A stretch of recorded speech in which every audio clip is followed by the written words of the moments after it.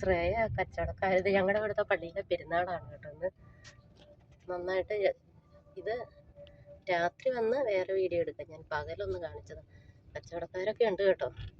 ഇവിടെ ചെറിയൊരു പള്ളിയാണ് ഇത്. അപ്പോൾ ഇവിടെ കച്ചവടക്കാരൊന്നും ഇല്ലെന്ന് ഓർത്ത് ശ്രേയയ്ക്ക് ഭയങ്കര വിഷമമായിരുന്നു. ഇതൊക്കെ എന്തൊക്കെ ഉണ്ടായത്? പള്ളി ലൈറ്റൊക്കെ കണ്ട നല്ല ഭംഗിയുണ്ട്.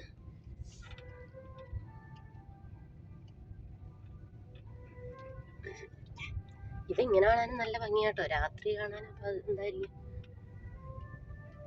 ഇത് മാതാവിന്റെ രൂപമായിട്ട് പ്രദക്ഷിണം പോകുന്നുണ്ടെന്ന്. അതുകൊണ്ട് റോഡ് നീളെ ലൈറ്റ് പിടിപ്പിച്ചേക്കുക. ഞാൻ ഈ വീഡിയോ പിടിക്കാൻ വേണ്ടി കറങ്ങി തിരിഞ്ഞു വന്നതായിരുന്നു.